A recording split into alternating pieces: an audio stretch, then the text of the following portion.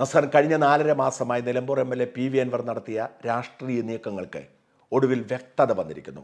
അദ്ദേഹം ബംഗാളിലെ പ്രധാനപ്പെട്ട രാഷ്ട്രീയ പാർട്ടിയായ തൃണമൂൽ കോൺഗ്രസിൻ്റെ കേരള ഘടകത്തിൻ്റെ നേതാവായി തിരഞ്ഞെടുക്കപ്പെട്ടിരിക്കുന്നു. അതിൻ്റെ ഭാഗമായി ഇന്ന് രാവിലെ പത്രസമ്മേളനം നടത്തി നിയമസഭാംഗത്വം അദ്ദേഹം രാജിവെച്ചിരിക്കുന്നു. രാവിലെ സ്പീക്കറെ കണ്ട് രാജിക്കത്ത് കൊടുത്തതിന് ശേഷം PV അൻവർ നടത്തിയ പത്രസമ്മേളനത്തിൽ പറഞ്ഞത് ഇങ്ങനെയാണ്. 8.5 വർഷത്തെ രാഷ്ട്രീയ MLA എന്നുള്ള രാഷ്ട്രീയ ജീവിതത്തിന് ശേഷം കഴിഞ്ഞ 11-ാം തീയതി ഞാൻ ഒഫീഷ്യലായിട്ടാണ് ഇന്ന് രാജിക്കത്ത് നൽകിയിട്ടുള്ളത്.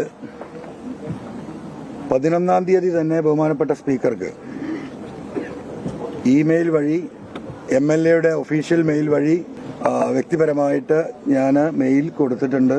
അപ്പോൾ രാജിവെക്കുമ്പോൾ സ്വന്തം കൈപ്പടയിൽ എഴുതി ഒപ്പിട്ട് നേരിട്ട് സ്പീക്കർക്ക് സമർപ്പിക്കണം എന്ന് ഈ ആക്ട് പറയുന്നുണ്ട്. അത് പ്രകാരം അദ്ദേഹത്തെ അത് ഏൽപ്പിച്ചിരിക്കുകയാണ്. ഇനി രാജി സ്വീകരിക്കേണ്ട ഉത്തരവാദിത്തം ബഹുമാനപ്പെട്ട സ്പീക്കർക്കാണ്. രാജി സ്വീകരിക്കണം എന്നും ആ ലെറ്ററിൽ അഭ്യർത്ഥിച്ചിട്ടുണ്ട്. നിലമ്പൂർ നിയമസഭാ മണ്ഡലത്തിൽ വൈകാതെ ഉപതെരഞ്ഞെടുപ്പ് നടക്കും. ഒരേസമയം കോൺഗ്രസിനോടും CPM-നോടും ഏറ്റുമുട്ടി തൻ്റെ രാഷ്ട്രീയ അസ്തിത്വം നിലനിർത്തുന്ന മമത കൃത്യമായ കണക്കുകൂട്ടലോടുകൂടിയാണ് അൻവറിനെ പാർട്ടിയിലെടുത്തത്. ഇവിടെ CPM-ന്റെ അന്ത്യം അടുത്തിരിക്കുന്നുവെന്ന് മമതയ്ക്ക് അറിയാം. CPM അവസാനിക്കേണ്ട രാഷ്ട്രീയ പാർട്ടിയാണ്. CPM-ൽ നിന്ന് ഊർജം സ്വീകരിച്ചുകൊണ്ടാണ് മമത ബംഗാളിൽ തിളങ്ങിയത്. അതുപോലെ തന്നെ കേരളത്തിലെ CPM-കാരും തൻ്റെ പാർട്ടിയിലേക്ക് വരും എന്ന് മമത കരുതുന്നു. അതാണ് മമതയുടെ കണക്കുകൂട്ടൽ. അതിൽ മമതയെ കുറ്റം പറഞ്ഞിട്ട് കാര്യമില്ല. അത് കൃത്യമായി മുതലെടുക്കാൻ അൻവറിന് സാധിച്ചു. അൻവർ മമതയെ ബോധ്യപ്പെടുത്തി. അങ്ങനെ അൻവർ അടുത്ത നിലപാടെടുക്കുന്നു. പക്ഷേ കേരളത്തിലെ സ്ഥിതി നമുക്ക് വ്യക്തമായി അറിയാം. PV അൻവർ ഒരു ഒറ്റയാനാണ്. അതിനപ്പുറത്തേക്കൊരു സ്വാധീനം അയാൾക്കില്ല. ഇവിടുത്തെ CPM ഇല്ലാതായാലും മമതയുടെ പാർട്ടി ഇവിടെ ക്ലച്ച് പിടിക്കാൻ പോകുന്നില്ല. കാരണം മമതയുടെ പാർട്ടിയുടെ രാഷ്ട്രീയ പശ്ചാത്തലം കേരളത്തിന് പറ്റിയ രാഷ്ട്രീയ പശ്ചാത്തലമല്ല. അതുകൊണ്ട് തന്നെ CPM ഇവിടെ ക്ഷയിച്ചാൽ CPM-കാർ കോൺഗ്രസിലേക്കും BJP-യിലേക്കും ചേക്കേറും എന്നല്ലാതെ ഒരിക്കലും മമതയുടെ പാർട്ടിയിലേക്ക് ചേക്കേറാൻ പോകുന്നില്ല. അതുകൊണ്ട് തന്നെ അൻവർ എന്ത് തരം നിലപാടാണ് എടുത്തിരിക്കുന്നത് എന്നത് ഇനിയും വ്യക്തതയില്ല. എന്തായാലും വരും ദിവസങ്ങളിൽ ഇതേക്കുറിച്ച് കൃത്യമായ രൂപരേഖ നമുക്കുണ്ടാവും. അപ്പോഴേക്ക് നമുക്ക് കൂടുതൽ ചർച്ചകൾ നടത്താം. എന്നാൽ ഒരു കാര്യം ചർച്ച ചെയ്തിരിക്കുന്ന നിവൃത്തിയില്ല. കേരള രാഷ്ട്രീയത്തിൽ സംഭവിക്കാൻ പോകുന്ന കാര്യങ്ങൾ മുൻകൂട്ടി പ്രവചന സ്വഭാവത്തോടെ റിപ്പോർട്ട് ചെയ്യാൻ മറുനാടിന് പലപ്പോഴും സാധിക്കാറുണ്ട്. കേരള രാഷ്ട്രീയത്തിൽ മാത്രമല്ല മറ്റ് മേഖലകളിലൊക്കെ സംഭവിക്കുന്ന പല കാര്യങ്ങളും മറുനാടൻ പറയുന്നത് പോലെയാണ് സംഭവിക്കാറുള്ളത്. ബോബി ചെമ്മണ്ണൂരിനെ ഹണി റോസ് കേസ് കൊടുക്കും, ബോച്ച അഴി എണ്ണും എന്ന് മറുനാടൻ വാർത്ത കൊടുത്തതിന് ശേഷമാണ് ഹണി റോസ് പരാതിപ്പെട്ടതും ബോബി ചെമ്മണ്ണൂർ അറസ്റ്റിലായതും. ഇതൊക്കെ ആദ്യം മറുനാടന് റിപ്പോർട്ട് ചെയ്യാൻ സാധിക്കുന്നത് സത്യസന്ധമായി ഞങ്ങൾ വാർത്ത കൊടുക്കുന്നത് കൊണ്ടാണ്. അങ്ങനെ ആദ്യം തന്നെ ഞങ്ങൾ ഇവരുടെയൊക്കെ പല പദ്ധതികളും പൊളിക്കുന്നത് കൊണ്ടാണ്, അല്ലെങ്കിൽ മുൻകൂട്ടി അറിഞ്ഞ് പ്രസിദ്ധീകരിക്കുന്നത് കൊണ്ടാണ് ഇവരിൽ പലരും ഞങ്ങളെ ശത്രുവായി കരുതുന്നത്.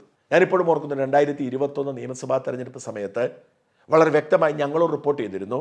PC ചാക്കോ കോൺഗ്രസ് വിടുകയാണ്, NCP-യുമായി ചർച്ച നടത്തുന്നു, NCP-യിലേക്ക് അദ്ദേഹം ചേരാൻ പോകുന്നു ഞങ്ങൾ റിപ്പോർട്ട് ചെയ്തു. അന്ന് PC ചാക്കോ ഞങ്ങൾക്കെതിരെ കേസ് കൊടുക്കും എന്ന് പറഞ്ഞ് പത്രസമ്മേളനം നടത്തി. ഇല്ലാത്ത കഥ പറഞ്ഞ ഈ ഓൺലൈൻ പോർട്ടലിനെതിരെ ഞങ്ങൾ പരാതി കൊടുക്കുന്നു. അദ്ദേഹം ഒരു ഓൺലൈൻ പരാതിയും കൊടുത്തിരുന്നു പോലീസിന്. പക്ഷേ ഏതാനും ആഴ്ചകൾക്കകം സംഭവിച്ചതെന്നാണ് നമുക്കറിയാം. PC ചാക്കോ NCP-യിലെത്തി, NCP-യുടെ സംസ്ഥാന പ്രസിഡന്റുമായി. ഇത് തന്നെയാണ് അൻവറിൻ്റെ കാര്യത്തിലും സംഭവിച്ചത്. അൻവർ UDF-യുമായി ചർച്ച നടത്തുന്നു, എങ്ങനെയെങ്കിലും UDF-ന്റെ ഭാഗമായി മുമ്പോട്ട് പോകാൻ ശ്രമിക്കുന്നു. അങ്ങനെ UDF-കാർ സമ്മതിച്ചാൽ അൻവർ നിയമസഭാ സ്ഥാനം രാജിവെക്കും, സർക്കാരിനെ പ്രതിക്കൂട്ടിലാക്കും എന്ന് പറഞ്ഞ് ഞങ്ങളൊരു വാർത്ത കൊടുത്തിരുന്നു. അത് അക്ഷരാർത്ഥത്തിൽ ഇപ്പോൾ ശരിയായിരിക്കുന്നു. നേരത്തെ UDF-യുമായി ചേരാൻ ശ്രമിച്ചു, UDF അടുപ്പിച്ചില്ല. അതുകൊണ്ടാണ് തൃണമൂൽ കോൺഗ്രസിലേക്ക് പോയത്. അൻവറിൻ്റെ DNK UDF-ൽ എടുത്തിരുന്നെങ്കിൽ തീർച്ചയായും അൻവർ UDF-ന്റെ ഭാഗമായി അവിടെ നിൽക്കുമായിരുന്നു. UDF എടുത്തില്ല, അതുകൊണ്ടാണ് തൃണമൂൽ കോൺഗ്രസിലേക്ക് പോയത്. അതുകൊണ്ട് തന്നെ UDF-യുമായി ചർച്ച നടത്തിയെന്നത് അൻവർ തന്നെ സമ്മതിച്ചതാണ്. എന്ന് മാത്രമല്ല, ഇതാ നിയമസഭാ സീറ്റ് രാജിവെക്കുന്നു എന്ന് അന്ന് ഞങ്ങൾ പറഞ്ഞത് വീണ്ടും ശരിയായിരിക്കുന്നു. അന്നത്തെ ഞങ്ങളുടെ വാർത്തയുടെ തലക്കെട്ട് എഴുതിക്കൊണ്ട് അൻവർ ഇങ്ങനെയൊരു പോസ്റ്റ് ഇട്ടു. പോസ്റ്റ് ഇട്ടത് കൃത്യം 4.5 മാസം മുമ്പാണ്. 2024 സെപ്റ്റംബർ മാസം 1-ാം തീയതി. അൻവർ രാജിവെക്കും, സർക്കാർ കുഴപ്പത്തിലാകും, അൻവർ ലീഗിലേക്ക് എന്നാണ് അൻവറിൻ്റെ ക്യാമ്പിൽ നിന്ന് കിട്ടുന്ന സൂചന. മറുനാടൻ മലയാളി എങ്ങനെ ഇട്ടിട്ട് അയാൾ ഇങ്ങനെ വെല്ലുവിളിച്ചു, എടോ യെല്ലോ യൂട്യൂബറെ, ഈ പാർട്ടിക്ക് വേണ്ടി 600-ൽ പരം സഖാക്കൾ ജീവൻ കൊടുത്തിട്ടുണ്ട്. അതിലൊരാൾ പോലും സ്വന്തം വീട്ടിലെ കാര്യങ്ങൾക്ക് വേണ്ടി അല്ല സ്വന്തം ജീവൻ നഷ്ടപ്പെടുത്തിയത്. ഈ നാട്ടിലെ സാധാരണക്കാരായ ജനങ്ങളുടെ അവകാശങ്ങൾക്ക് വേണ്ടിയും നീയൊക്കെ തകർക്കാൻ നടക്കുന്ന ഈ നാടിൻ്റെ മതേതര സ്വഭാവം കാത്തു സൂക്ഷിക്കാൻ വേണ്ടിയുമാണ് അവർക്കൊക്കെ രക്തസാക്ഷികളാകേണ്ടി വന്നത്. ഞാൻ ഇന്ന് പിന്തുടരുന്നതും അതേ പാതയാണ്. ഈ നാട്ടിലെ സാധാരണക്കാർക്ക് വേണ്ടി ഈ സർക്കാർ എന്നും ഇവിടെ ഉണ്ടാകണം.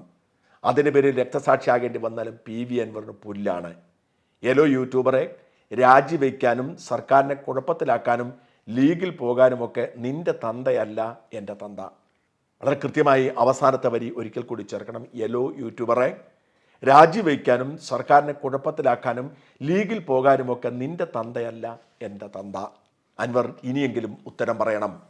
അപ്പോൾ പിന്നെ ആരാണ് അൻവറുടെ തന്ത? അൻവറുടെ തന്തയല്ല മറുനാടൻ എന്ന് അൻവർ പറഞ്ഞിരിക്കുന്നു, സത്യമാണ്. അൻവറുടെ തന്തയല്ല മറുനാടൻ. പക്ഷെ അൻവറിൻ്റെ തന്ത ആരാണ്? മറുനാടൻ പറഞ്ഞതൊക്കെ വ്യാജമാണ്. ഒരിക്കലും അദ്ദേഹം UDF-ലേക്ക് പോവാനോ ഇടതുമുന്നണി വിടാനോ തയ്യാറല്ല. ഒരിക്കലും അദ്ദേഹം MLA സ്ഥാനം രാജിവെച്ച് സർക്കാരിനെ പ്രതിസന്ധിയിലാക്കാൻ തയ്യാറല്ല. അങ്ങനെ പ്രതിസന്ധിയിലാക്കാൻ മാത്രം പല തന്ത തനിക്കില്ല എന്ന് അൻവർ അടിവരയിട്ട് പറഞ്ഞ ഒരു കുറിപ്പാണിത്. നമുക്കറിയാം, അൻവർ കൂടെ തൻ്റെ ഉപ്പാൻ്റെ ഉപ്പാനെയും ഒക്കെ കോട്ട് ചെയ്ത് സംസാരിക്കാറുണ്ട്. അൻവറിൻ്റെ ഉപ്പ പറഞ്ഞു കൊടുത്തിരിക്കുന്നത് കൊമ്പനോട് കുത്തണമെന്നാണ്, അല്ലാത്തോട് കുത്തരുതെന്നൊക്കെ പറഞ്ഞിട്ടുണ്ട്. അതൊക്കെ അവിടെ നിൽക്കട്ടെ. പക്ഷേ ഇപ്പോൾ അൻവർ വ്യക്തമാക്കേണ്ട ഒരു കാര്യമാണ്, ആരാണ് അൻവറുടെ തന്ത?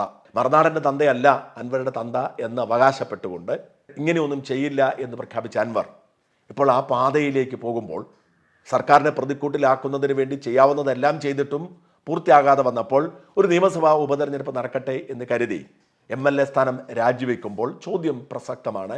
അൻവറെ ആരാണ് അൻവറുടെ തന്ത? അതറിയാൻ ഈ നാട്ടിലെ ജനങ്ങൾക്ക്, പ്രത്യേകിച്ച് നിലമ്പൂറുകാർക്ക് ആഗ്രഹമുണ്ട്.